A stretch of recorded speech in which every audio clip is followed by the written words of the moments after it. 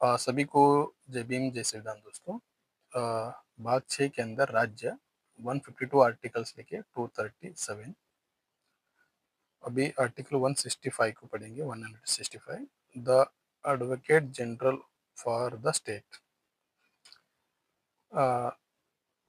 Close 1 the governor of each state shall appointment a person who is qualified to be appointment of judge of a high court to be a advocate general for the state. Close to it shall be the duty of the advocate general to give the advice to the government of the state upon such legal matter and to perform such other duties of legal character as may from time to time be referred or assigned to him by the governor, and to discharge the functioning conferred on him by or under this constitution or any other law for the time beginning in force. Clause 3. The Advocate General shall hold office during the pleasuring of the governor and shall receive such a remuneration as the governor may be determined. यानी कि राज्यपाल राज्य का महाअधिवक्ता खंडे प्रत्येक राज्य का राज्यपाल उच्च न्यायालय का न्यायाधीश नियुक्त होने के लिए हरत किसी व्यक्ति को राज्य का महाअधिवक्ता नियुक्त करेगा। यानी कि जो हाईकोर्ट का जज को नियुक्त होने के लिए जो एलिजिबिलिटी होता है, वैसे व्यक्ति को राज्यपाल एडवोकेट जनरल के तौर पर नियुक्त कर सकते हैं।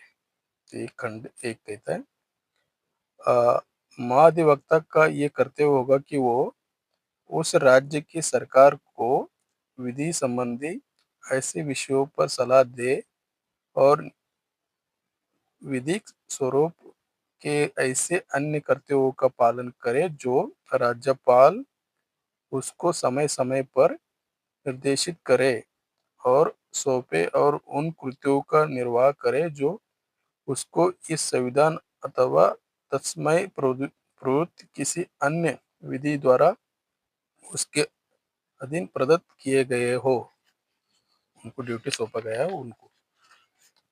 खंड तो यही कह रहा है कि जो संविधान के तहत उसको काम करना है।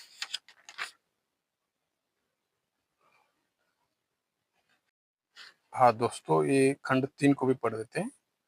महाधिवक्ता राज्यपाल के प्रसाद पर्यंत पद धारण करेगा और ऐसे परिश्रमिक प्राप्त करेगा जो राज्यपाल अवधारित करे, क्योंकि राज्यपाल डिसीजन करेगा जब तक वो वहाँ उस पद पर रहेगा। तो ये ड्यूटी है उसको। राज्यपाल चाहे तो उनको हटा भी सकता है। तो ये खंड वही कह रहा है, जब तक गवर्नर चाहेगा तब तक वो उस पे बने रहेगा। तो कल हम पढ़ेंगे 166 सरकार के कार्य का संचालन, कंडक्ट ऑफ गवर्नर बिजनेस। तो अभी के लिए यहीं पे रुकते हैं। साधुवाद, जय श्री राम। थैंक यू, आपने मुझे सुना। धन्यवाद सभी को। हम प्रबुद्ध भारत की ओर जाने यानी कि गरिमापूर्ण जीवन, इंडिविजुअल प्रत्येक भारत के नागरिक को गरिमापूर्ण जीवन जीने की ओर ले जाना है।